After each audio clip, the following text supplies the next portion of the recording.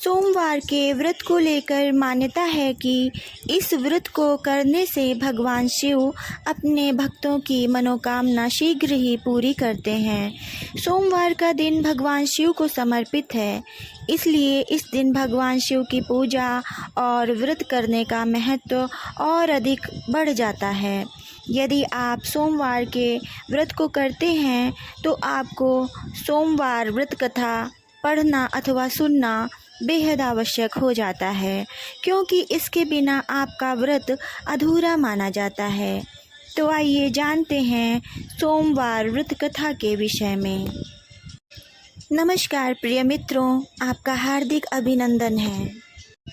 आज सावन का अंतिम सोमवार, आप सभी को बहुत बहुत शुभकामनाएं।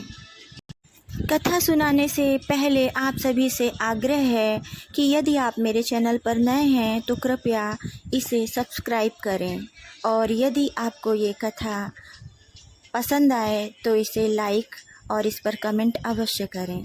तो आइए जानते हैं सोमवार व्रत कथा के विषय में। देवों के देव महादेव बहुत ही भोले माने जाते हैं, इसलिए उनका एक नाम भोलेनाथ भी है। पौराणिक मान्यता अनुसार भगवान शंकर को प्रसन्न करने के लिए किसी भी तरह के खास विशेष पूजन की आवश्यकता नहीं होती, क्योंकि कहा जाता है कि वह तो भोले हैं और भक्त के मन से की गई क्षणिक पूजा से अथवा भक्ति से ही तुरंत प्रसन्न हो जाते हैं।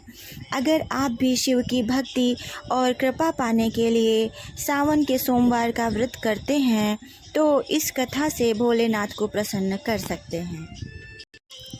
एक बार किसी एक नगर में एक साहूकार था। उसके घर में धन की कोई कमी नहीं थी, लेकिन कोई संतान न होने के कारण वह बहुत दुखी था। संतान प्राप्ति के लिए वह प्रत्येक सोमवार को व्रत रखता था और पूरी श्रद्धा के साथ शिव मंदिर जाकर भगवान शिव और माता पार्वती की पूजा करता था। उसकी भक्ति देखकर एक दिन माँ पार्वती प्रसन्न होकर भगवान शिव से साहूकार की मनोकामना पूर्ण करने का निवेदन करती हैं। पार्वती जी के आग्रह पर भगवान शिव ने कहा कि हे पार्वती, इस संसार में हर प्राणी को उसके कर्मों का फल मिलता है और जिसके भाग्य में जो हो उसे भोगना ही पड़ता है। लेकिन पार्वती जी ने साहूकार की भक्ति देखकर उसकी मनोकामना पूर्ण करने की इच्छा व्यक्त की। माता पार्वती के आग्रह पर शिव जी ने साहूकार को पुत्र प्राप्ति का वरदान तो दिया, लेकिन उन्होंने बताया कि यह बालक 12 वर्ष तक ही जीवित रहेगा। माता पार्वती और भगवान शिव की बातचीत को साहूकार सुन रहा था, इसलिए उसे ना तो इस बात की खुशी थी और ना ही दुख। वह पहले की भांति शिव जी की पूजा करता रहा। कुछ समय के बाद साहूकार की पत्नी ने एक पुत्र को जन्म दिया। जब वह बालक 11 वर्ष का हुआ तो उसे पढ़ने के लिए काशी भेज दिया गया।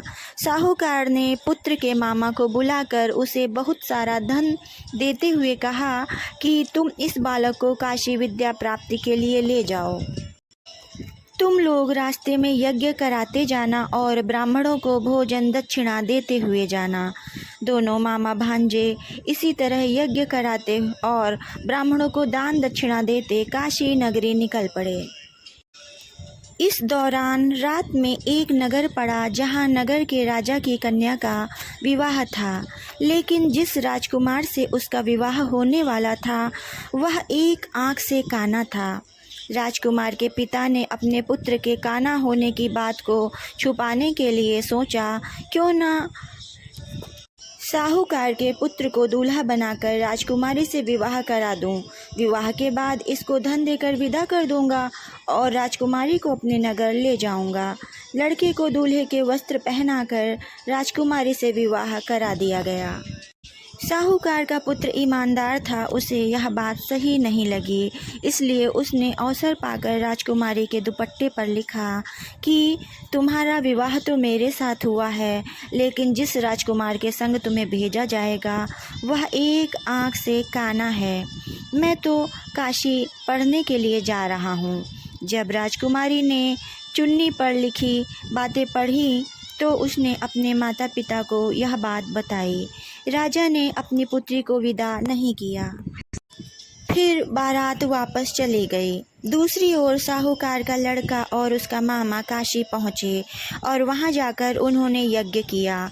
जिस दिन लड़का 12 साल का हुआ उस दिन भी यज्ञ का आयोजन था। लड़के ने अपने मामा से कहा कि मेरी तबीयत कुछ ठीक नहीं है। मामा ने कहा कि तुम अंदर जाकर आराम कर लो। शिवजी के वरदानुसार कुछ ही देर में उस बालक के प्राण निकल गए। मृत भांजे को देखकर उसके मामा ने विलाप करना शुरू कर दिया। संयोगवश उसी समय शिवजी और माता पार्वती उधर से जा रहे थे। पार्वती माता ने भोलेनाथ से कहा, स्वामी, मुझे इसके रोने के स्वर सहन नहीं हो रहे, आप इस व्यक्ति के कष्ट को दूर कर दीजिए। जब शिवजी ने मृत बालक के समीप जाकर देखा तो वह बोले कि यह उसी साहूकार का पुत्र है जिसे मैंने 12 वर्ष की आयु का वरदान दिया था।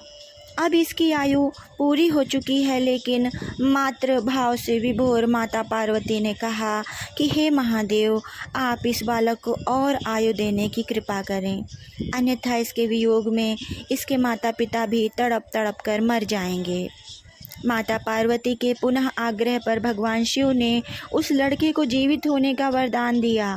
शिव जी की कृपा से वह लड़का जीवित हो गया। शिक्षा पूरी करके लड़का मामा के साथ अपने नगर की ओर वापस चल दिया। दोनों चलते हुए उसी नगर में पहुँचे जहाँ उसका विवाह हुआ था। उस नगर में भी उन्होंने यज्ञ का आयोजन किया। उस लड़के के ससुर ने उसे पहचान लिया और महल में ले जाकर उसकी खातिरदारी की और अपनी पुत्री को उसके साथ विदा कर दिया। इधर साहूकार और उसकी पत्नी भूखे प्यासे रहकर बेटे की प्रतीक्षा कर रहे थे। उन्होंने प्रण कर रखा था कि यदि उन्हें अपने बेटे की मृत्यु का समाचार मिला तो वह भी प्राण त्याग देंगे, परंतु अपने बेटे के जीवित होने का समाचार पाकर वह अत्यधिक प्रसन्न हुए। उसी रात भगवान शिव ने साहूकार को स्वप्न में आकर कहा, हे श्रेष्ठी, मैंने तेरे सोमवार के व्रत करने और व्रत कथा सुनने से प्रसन्न होकर तेरे पुत्र को लंबी आयु प्रदान की है। इसी प्रकार जो कोई सोमवार का व्रत करता है या कथा सुनता है और पढ़ता है, उसके सभी दुख दूर हो जाते हैं और सभी मनोकामनाएं पूर्ण हो जाती हैं। हर हर महादेव। ओम नमः शिवाय।